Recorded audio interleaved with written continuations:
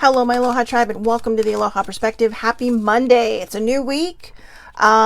Second week of January? Yeah, second week of January. Jeez, time's already flying, huh? So anyways, second week of January. Let's get rolling. Let's get to it. Today is card number 29 of self-awareness, or getting into the vortex, which is, in my opinion, the core of your soul.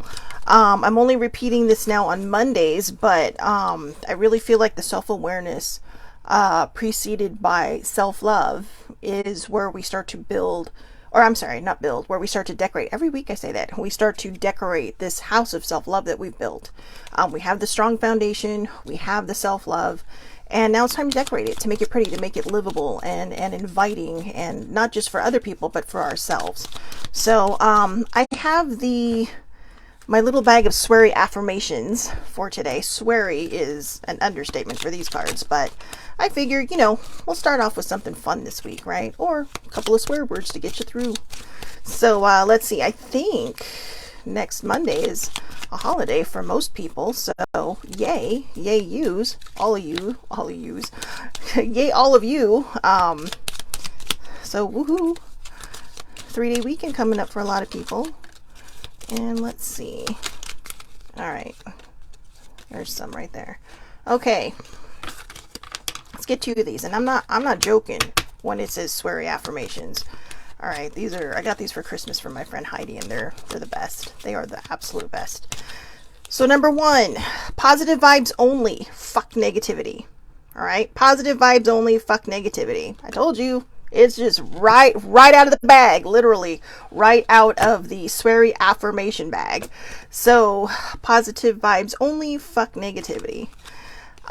Put on your favorite song and dance your ass off. Put on your favorite song and dance your ass off. I like that, right? I mean, dance like nobody's watching. Who cares? You don't have to look like some paid professional on TV to just enjoy yourself. Just do it.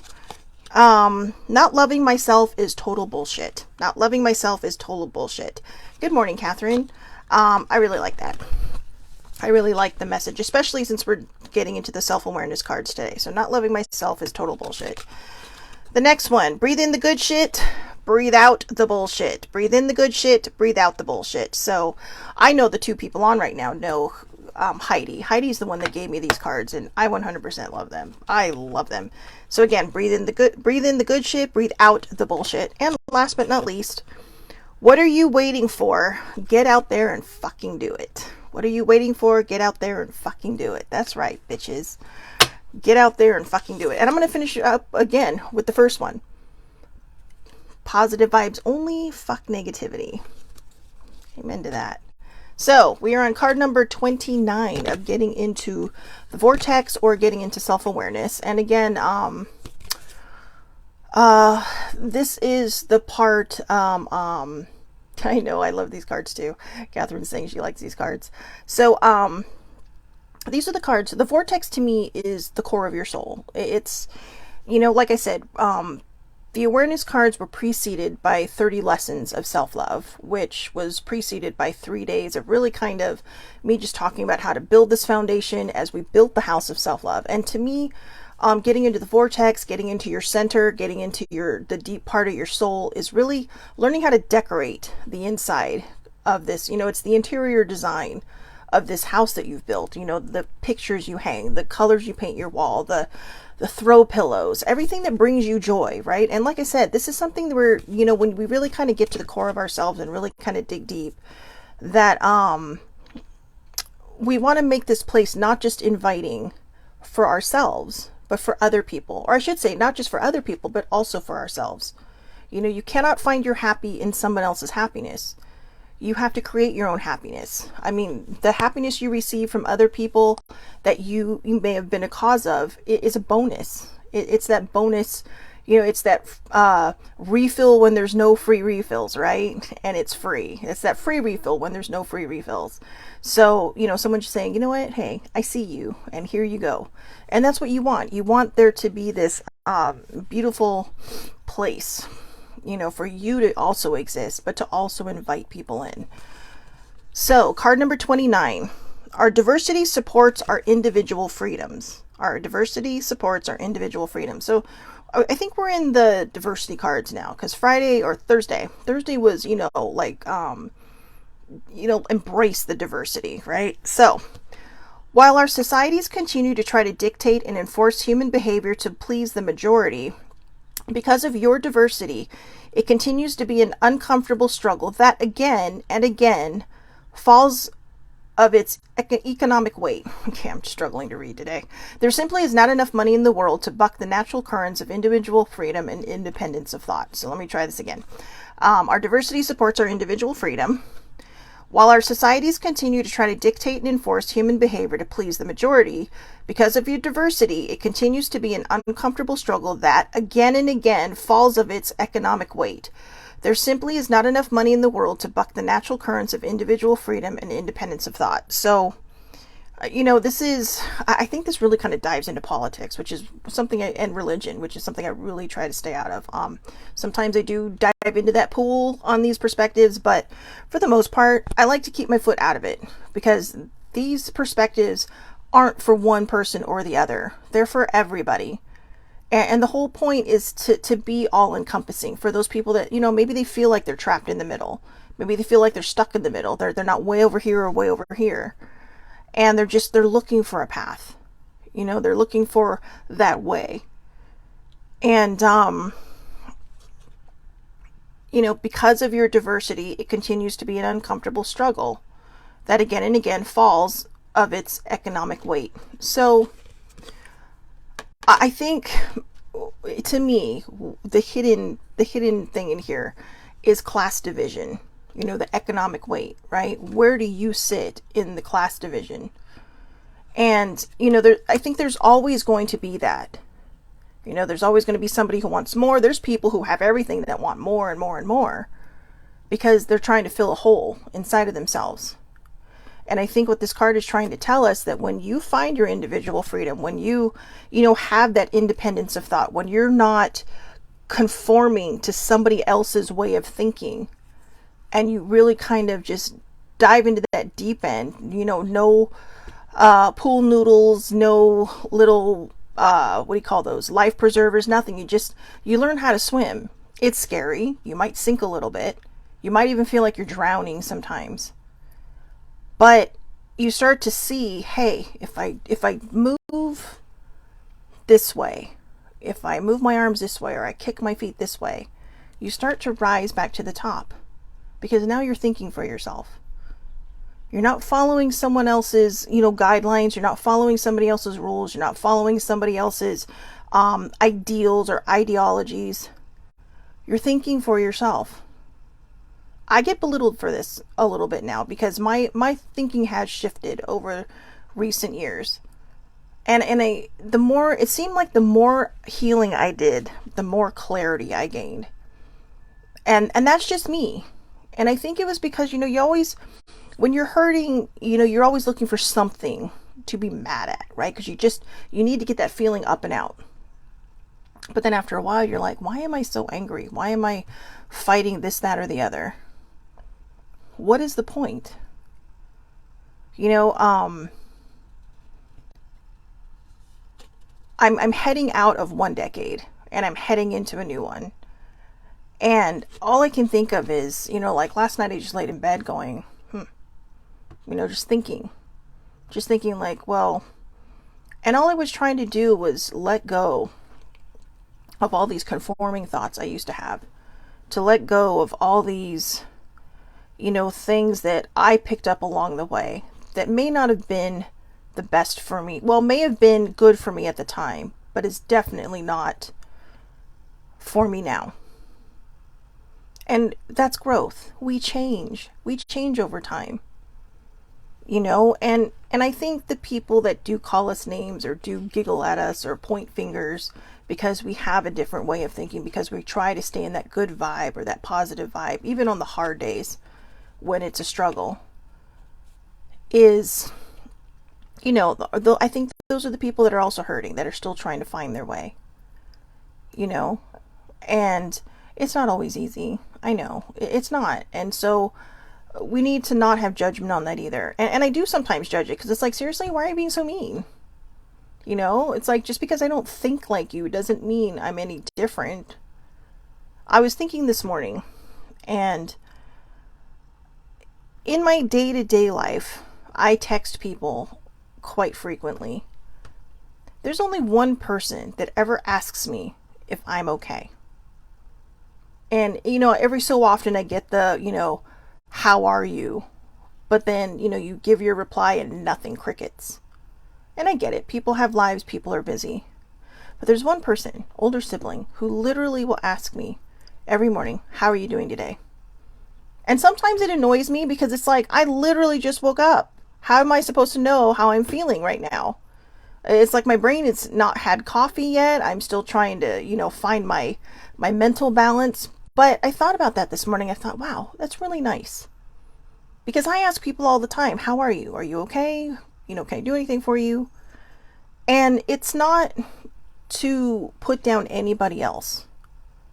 I think it just made me realize that, wow, you know what? It really is a huge phrase. It's throwing out that life preserver to somebody. See, people see me smiling all day long. People see me posting all this positive stuff to my page all day long, or to any of my social medias. So they just automatically assume I'm okay. I've been struggling for 3.5 years, 4 years, 5 years. I've been in a spiral since early 2018. That was 5 years ago. And as I mentioned last week, I finally realized that I had these moments of clarity, but then I'd slip right back in. So this whole time, that every time I thought I was coming out of a spiral, I was just going back right into it, or going right back into it. And I think it's because I was just trying so hard to be the person everybody saw on social media. I wasn't living my truth. I wasn't having my, I wasn't experiencing the natural currents of individual freedom or the natural currents of independent thought. I was trying to show the world that I was okay because I thought I had to be okay to post these things, to share these things. But part of the mental health advocacy is being exactly who you are on whatever given day it is. And sometimes it scares people, and I get it. Maybe it sometimes scares people off for me. I don't know. Not every day is a bad day. In fact, I think lately, since the beginning of this year, my good days have probably outnumbered my bad days. And it's only the 9th. But the point is that we sometimes forget, there are people who just know. They see my eyes, they see that my smile doesn't meet my eyes, and they're just like, you know what? You do the fake it till you make it smile. But you can see it in their eyes. And sometimes I can see it in people's eyes. Sometimes I see it and they don't see it. And you just have to kind of say, okay, well, when they're ready, I'm here. And sometimes that's all we have to be. We have to, really kind of embrace the diversities, right? Our diversities support our individual freedom. Now, as a segue to this, this was my segue right into the bigger subject. People see me and think, oh, everything's, yeah. But then you go out into the world and there are people struggling. But see, people sometimes live in a bubble, so they don't see it. It's like, yeah, sure, that's happening. We have 50 states in this country. We have a lot of continents and a lot of global stuff. Right? But in this country alone, we have 50 states. And not all of them are equal. There are some places that just kind of pin you down and pigeonhole you into, a certain thing, maybe even just because of the color of your skin. There are some people, and I'm not going one way or the other on that. I have seen people of all different races be mean to each other. And sometimes, and most times I really think it's taught, or sometimes I think maybe you're bullied enough. There's some really good movies that cover this stuff, I've talked about it before. American History X is actually quite an interesting peek into that kind of behavior. You have this guy who's like this total skinhead, ends up going to jail, but the brother just reveres him. So he becomes a skinhead, starts beating up on, this African American boy, and then at the end of the movie, the kid ends up shooting the brother. And but the older brother, who he revered so much, started to see people. He stopped looking at his ideologies. He stopped looking at, feeling oppressed or whatever. And he started to see the reality of life because of his time in jail. But what happens? His ideologies got his little brother killed. And a lot of times, people will have ideologies and we move away from it because we're able to think for ourselves. We're able to have those individual freedoms, those individual thoughts, and say, yeah, this doesn't feel right. And so we move in a different direction, and we move away from the hatred and the anger and the vitriol of, certain people. And that's what makes diversity so amazing. Older sibling and I watched a documentary a couple weeks ago, and I was just like, you gotta be effing kidding me, the way some of these people think. And I'm just like, seriously? Do they know what century it is? And then you have other people that are just afraid of growth. And they're afraid of the changes they see. The more inclusivity that's, presenting itself to us now. People thinking, oh, it's going overboard. Oh, it's doing this. It's like, no, it's not. This is change.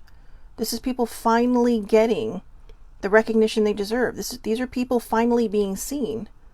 But see, sometimes when you live in a bubble, I literally will say, although it's not a perfect bubble, Southern California is kind of a bubble. Okay, it's kind of a bubble. We don't see sometimes, and not even that. Maybe I just live in a bubble. But I see things. And I see the anger and the hatred. I see the stupidity that goes on in people's minds. And yeah, I'm just going to say it, the stupidity. We need to be, in tune to one another.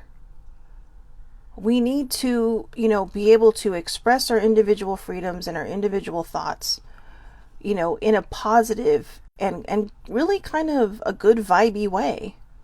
It's okay to have opinions. You don't want to be the same as everybody else. In fact, we don't want this world to be exactly the same, because then we'd be bored. We'd have nothing to argue about. We'd have nothing to debate. We'd have nothing to talk about, because everybody would be like, oh yeah,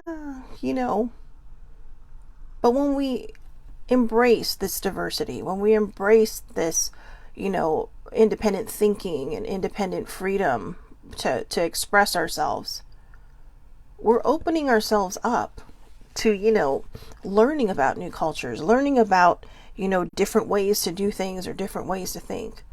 We can sit down and have a debate without fighting it or, people pulling out guns and shooting each other. I mean, for fuck's sake, there in this country, there's like this huge gun debate, going on. And every time I sit there and say, all I want are sensible gun laws. I'm not saying take away people's guns. I'm just saying I want sensible gun laws, and I want people to be held accountable. A 6-year-old shot his teacher last week. A 6-year-old. He brought a gun to school. And, just shot her. She's fine. Well, that is probably going to leave a big mental scar on herself. But it wasn't an accident. He pulled the gun out, pointed at her, and pulled the trigger. 6. Okay, I want that to sit in your mind, how old this kid was. 6 years old. And when I say the teacher's fine, what I meant was she's alive. Thank goodness. But let's think about that. But you'll sit down at a table. We don't have a problem.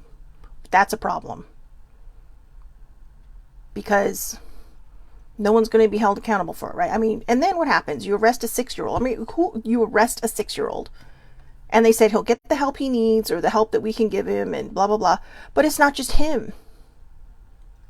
It's whoever or wherever he got that gun from. And it may not always be the parents. The parents are probably like, wait, what? Because they're affected now too. But sometimes we have to stop and think, what are we teaching our young people? I grew up in California. I grew up with parents who were bullied, just like I was bullied. And it's not always been easy. I'm a half-breed. And yes, I say half-breed because I have no problem saying that. I I find it to be a term of endearment for me. Some people will be like, I said that to somebody once, and they're all, that is the most offensive thing I've ever heard. And it's like, you know what? I don't live in the 19th century. All right. To me, it's like, that's literally what I am. I'm a half-breed. And I know it was a derogatory term back then, but you know what?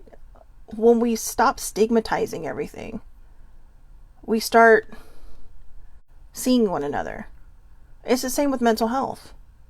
You know, there's a lot of people who have really incredibly crazy brains. And I don't mean crazy in a negative term. I mean, like, they're just so out there and so smart. And everybody thinks, wow, they have everything. But their EQ is like 0, right? Their emotional IQ is like at 0. Because they don't know how to deal with other people. Because it's hard for them to connect on a certain level. So we treat them differently. When kids have, you know, mental disabilities or like, mental well, yeah, like, you know, there's autism, there's ADHD, there's all these different things, dyslexia. We treat them differently. But why? Because they have so much to offer to this world. You know, and you know, we sit there and we can sit there and, well, this is why this happened and then this is why.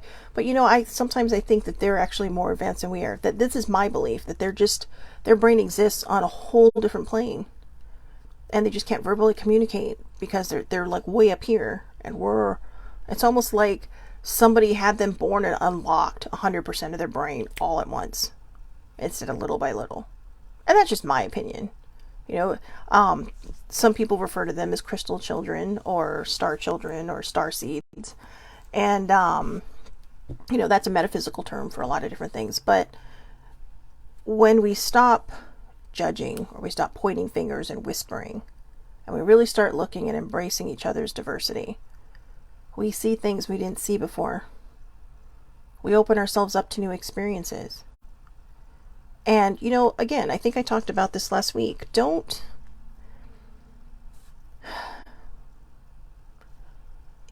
I know it's hard.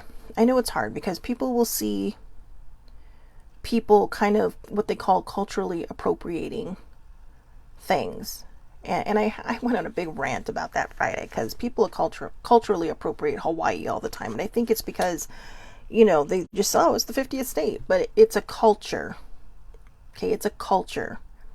But nobody thinks twice about it. And the same people that might culturally appropriate the Hawaiian stuff will sit there and get mad when somebody culturally appropriates their culture. Let's embrace one another. You know, let's say, hey, I see you're wearing this. Do you know what it means? And you might be surprised. Maybe they do. You know, I mean, look at me. If you looked at me, if I dropped myself into Dublin right now, went to the Guinness factory and said, hey, check it out, I'm Irish, they'd look at me and go, fuck, you're not. But I am. Maybe not full, but I have a lot of it. If I dropped myself into a Belgian chocolate factory, I'd be like, hey, I'm part Belgian. No, you're not. Yes, I am. You know, I dropped myself into the Philippines. Hey, I'm part Filipino. Yeah, we can tell because of your nose. But other than that, you have got to be half white. Yes, I am. Drop myself into Hawaii. No one believes I'm actually bloodline Hawaiian. Not just born in Hawaii to make me Hawaiian. I am a Californian who is a bloodline Hawaiian. And I don't care that I wasn't born in California. I grew up here. I've spent all but 3 months of my life living in this state. And then visiting Hawaii for 3 months out of every year for about 13 years. So I identify as a Californian. But I am bloodline Hawaiian. But you say that, you walk around, you wear a muumuu or something, or a Hawaiian dress, and people go, do you even know what that means? It's like, yeah, I do. Thank you. Would you like me to educate you on it? And I don't mean to get all snarky, but we always think that we know more than somebody else. You know, I have friends who sit there and say, oh, well, I'm this, so you must not know about it. Are you joking? It's like, I probably, you know, sometimes I think we know more about other people's cultures than we know about our own sometimes. And there's nothing wrong with that because it's interesting. It's that diversity. Instead of getting mad at somebody for what you would call culturally appropriating, which I fucking hate that term, sit down and have a discussion. You know? I mean, I am 100% fascinated with Dia de los Muertos. Okay, it's not my culture, but I am so fascinated by it. And I love talking to people about it because I live in California, especially Southern California. I grew up next to the Mexican border. San Diego was like, it's your U-turn back into the United States. But, and all my friends have been very gracious about talking about it, like, oh yeah, this, that, and the other. And it's so interesting to see. It's so interesting to hear. And most people do. Most people will just sit there and share their culture. They don't mind. But there are some people in this world who will get all up in your face. And why? I don't know. I don't know. They get offended about everything. Maybe, they probably get offended if you said the sky was blue. Okay? Or the sun was bright. So don't worry about them. Let go. Embrace each other's, diversity. Embrace each other's, support each other's individual freedoms. Flow with the natural currents of individual freedom and independence of thought. Like I said, we're all going to have opinions, and we're never going to all agree. There's always going to be fighting in this world. But we don't have to go out of our way to be mean to people when they don't agree with us. We don't have to go out of our way to be assholes or calling them names because they don't agree with us. And that I'm referring to Twitter. Boy, I've seen it. I had a debate with one friend on there because she brought me into it. And I mean, there were people with faceless, icons. You don't know what they look like, nothing. All they do, you look at their posts and all they do is pick on people. I got called names. I got raked over the coals, and I'm thinking, not one of these people know me. I've been called the C word twice in my life. All right, twice that I can think of. And both times, believe it or not, I didn't earn it. I didn't earn it. I was defending other people. But people get so angry they don't know what else to say. So they turn around and think they're calling you a hurtful name. I just tell them it's cute how you think that hurts me. It doesn't. It's a word. We give power to words. We give power to whether a word hurts us or not. And yeah, I mean, it is highly offensive to a lot of people. But I think because of that, I choose to not be offended by it. Because if I get offended by everything people call me, I was actually more offended by being called a narcissist. By someone who had no idea who I was. Just because I said, well, this is my opinion. And I said, you brought me into this conversation. So I'm just defending myself. Oh, you're a narcissist. Okay. Do you even, I just told them, I said, you better look up the word. But then I had to block all those conversations.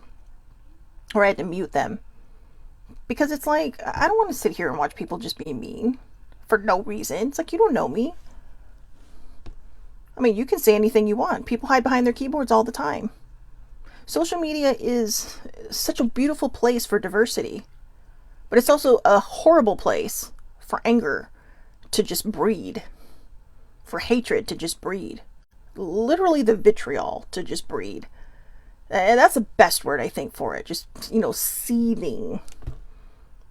With just flashes of people spitting fire. And for what? It makes you feel better?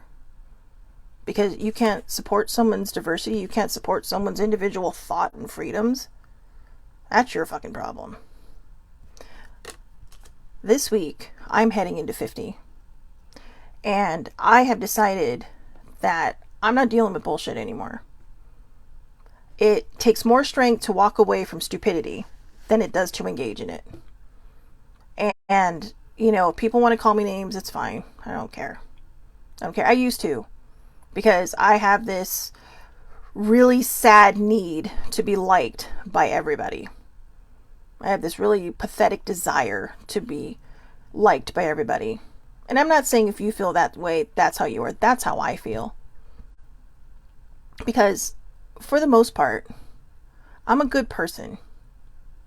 I give from my cup, whether it's full or not. I don't ask anything in return. Sometimes I might think, geez, it'd be nice if someone paid attention too. But I'm past that. And I think I've been the only person standing in my own way. Because I have not supported my diversity. I have not supported my own individual thoughts and freedoms. Oh, thank you, Catherine. See, Catherine says she likes me and loves me, and I'm terrific. So, you know what? Her opinion is the only one that matters right now. All right? So, if you don't like what I'm saying, too bad. Too bad. Because you know what? I think I wish I would have discovered this earlier. I wish I would have discovered this way of thinking a lot sooner, because it is a new way of thinking, which means it's going to take work to stick there. But my love and my respect is not coming from an unhealthy place anymore. It will be coming from a healthy place. If you earn it, you will get it. And I don't mean, do this for me so I'll respect you. I mean, no. It's about mutual love. It's about mutual respect. It's about mutual kindness. Sometimes I think we go so overboard with people because all we do is want to be seen. We just want to be seen by somebody. And we don't see, I'm getting emotional. We don't always feel like we're seen by other people. And I've spent 2 decades doing that. I've spent 2 decades chasing things that never panned out. I went into my 40s thinking they'd be different from my 30s. Yeah, I did some incredible things, but I wasn't going to talk about this. But I was telling older sibling the other day, she asked me, how are you? And I said, I was so afraid of running towards my 50s, or I was so afraid of heading towards my 50s that I was putting on the brakes. I said, now when I look back and I do take stock on my 40s, I can't wait. I just want to be out of this fucking decade already. I want to be out.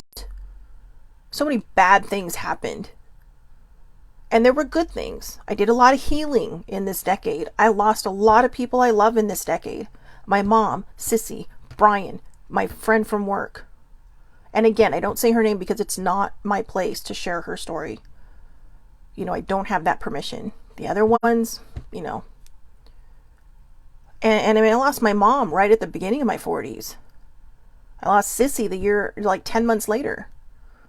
And then it put me on this healing journey. The only good thing I can think about of my 40s was going to England. I mean, there was fun stuff in there, going to Comic-Con. I mean, all the stuff I normally do that I find fun. But there were no extraordinary things that happened. The most extraordinary thing that happened in my 40s is that I healed. And as I healed, the blinders, the blinds, the curtains, they went up. The veil was lifted. And I started to see. I started to understand people's own thoughts, people's own freedom of choice on how they think. I learned to not engage and to just pass it by if I don't agree with it. Not always easy.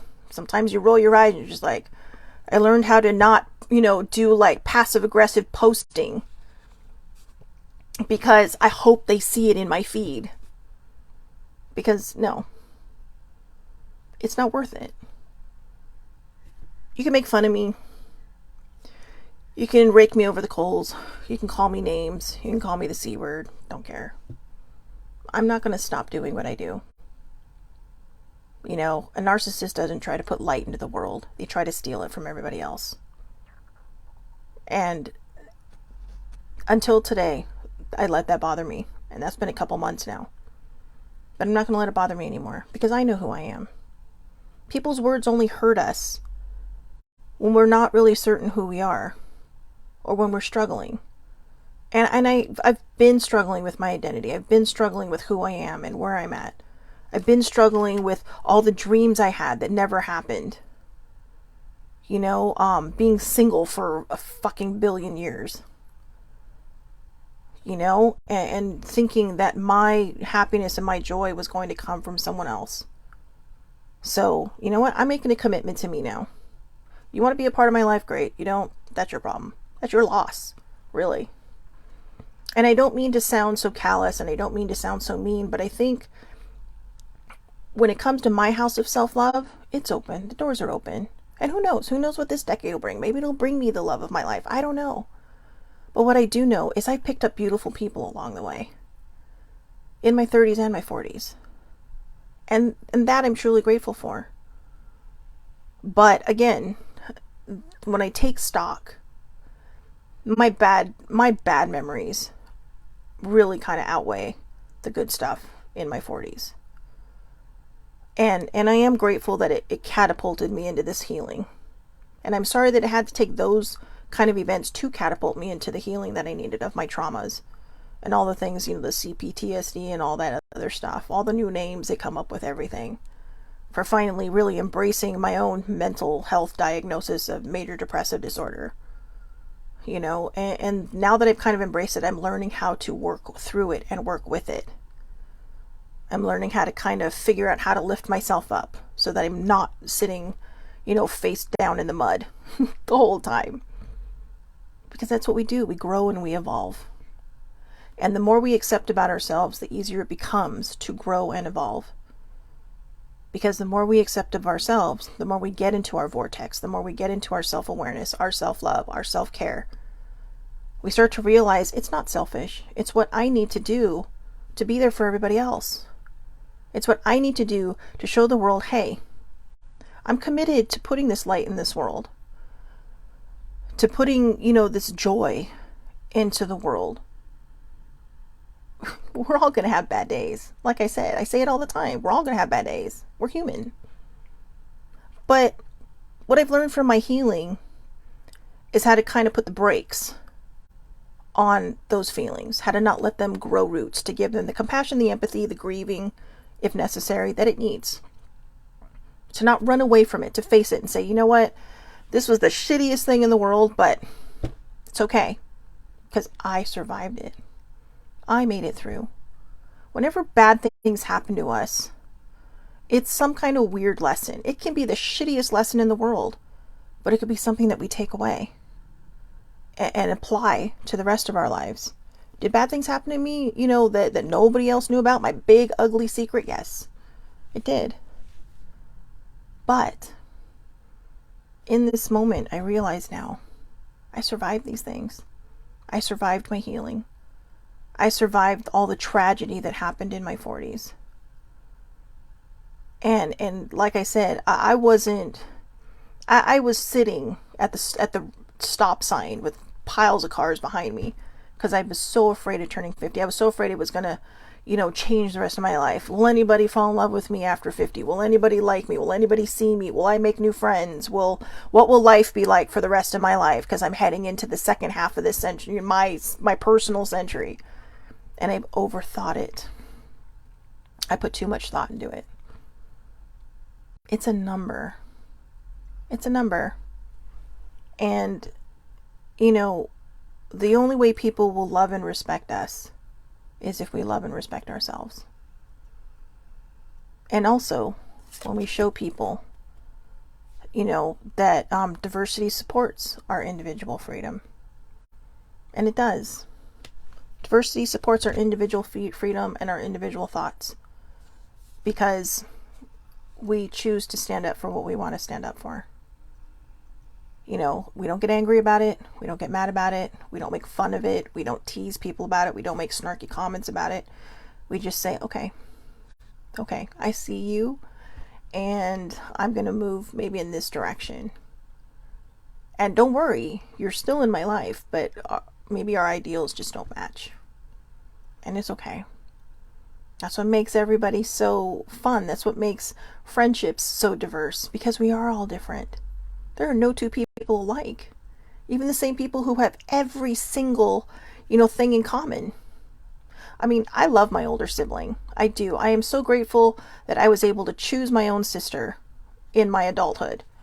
And I do. I love her to bits. But boy, we are really not alike. I mean, we're alike in a lot of ways. But when it comes to, like movies, right? We could not be more different. When it comes to some TV shows, we could not be more different. And that's okay, because it's open for debate. It's open for conversations. It's open for all kinds of things. And that's all right, because that's what makes our sisterhood so much fun. We laugh. I mean, there'll be times when I'll just start laughing in my chair, and she's just looking at me like, do I need to call the paddy wagon with the straight jacket and the padded room? No. It's like, oh, she's just being Shelly again. And then she'll just look at me like, what's so funny? It's like I was just thinking about something and it made me start laughing, and then I started laughing and I couldn't stop. Sometimes I just start laughing and I have no idea why. Something must have just been funny that floated through my brain.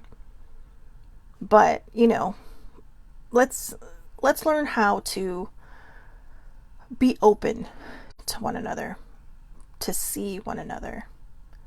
Oh, yeah, that's right. Older sibling said, hey, I did watch Die Hard. And you know, everybody says that I made her watch it. I want to set this record straight. She started thinking about Bruce Willis, and she started thinking about all the stuff that he's going through now on his medical crisis. And she just sat there and watched it herself. I did not do a damn thing. I missed half the movie being more impressed by the fact that she still hadn't gone upstairs. I kept waiting for her to just like, okay, I'm going up now. She just stayed there and watched the whole movie. I couldn't get her to watch Die Hard 2, but maybe another day. Maybe another day. But I was so impressed. I really was. She still hates Star Wars. To which I just say, screw you. But, you know, I love her. But that's diversity. And maybe people are thinking, yeah, that's diversity on a different level. Sibling and I had very different upbringings. Very different upbringings. But we meet in the middle because we embrace each other's differences. All my friends, we embrace each other's differences. She just said, hey, to me saying that, but no, she knows I love her. But even Catherine and I have had some fun talks when we used to be in the same office together. But yeah, I'm ready to do this. I'm ready to move out of this decade and say, see ya. So I have something very special planned for myself when I wake up in the morning. So I'm excited. In fact, I'll just share it. And maybe I'm going to share it because then it means I'll have to do it. I told sibling, so tomorrow is my birthday and it is going to rain. And I don't mean rain like sprinkle. I mean rain tomorrow.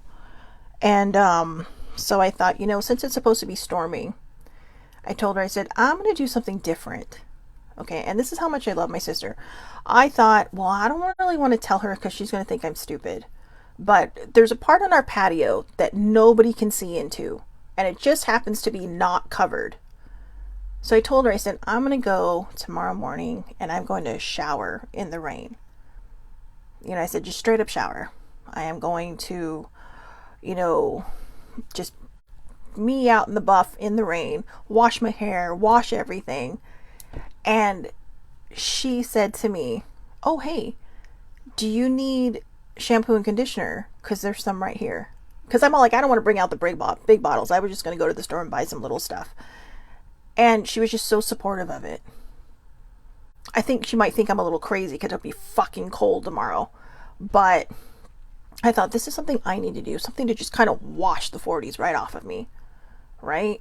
And so, hey, I told her last night, I said, if Gene Kelly can sing in the rain, I'm going to shower in the rain. And just like in South Pacific, her washing that man right out of her hair, I'm going to wash the 40s right out of my hair. So, getting all Broadway baby now. But anyways, I've been rambling and I am sorry. There was been so much just coming out of me that I think is needed to come out. And I think this card really unlocked a lot for me.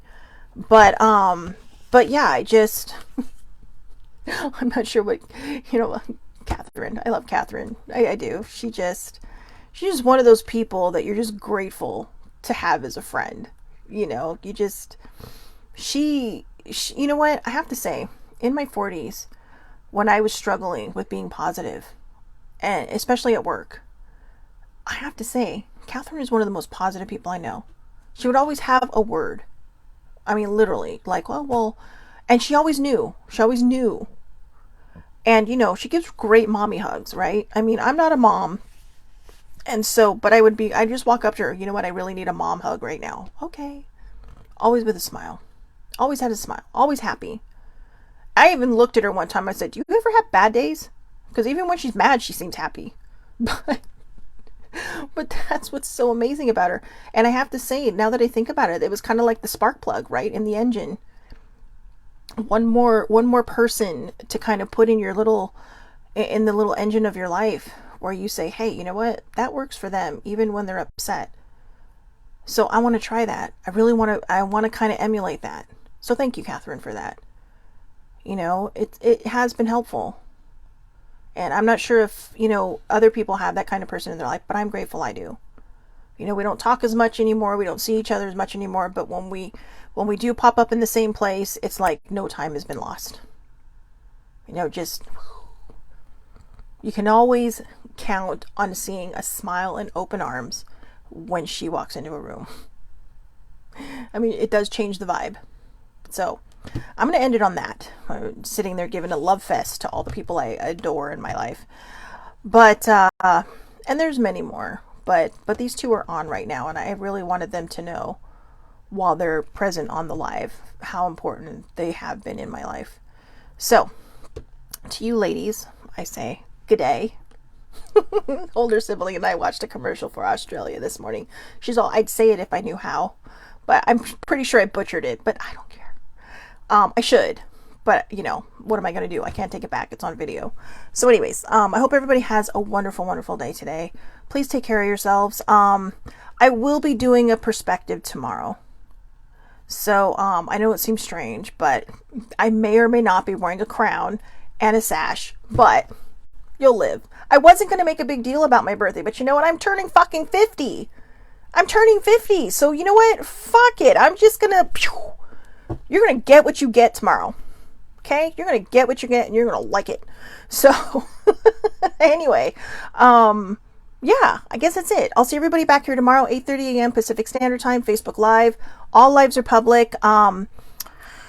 You can find me on YouTube, TikTok, my Facebook page, all under the Aloha Perspective. You can find me on Twitter under GoalieFan1973, where I'm just a goofball, or just, you know, just kind of me. Or Shellbell's Quest, which is my mental health account.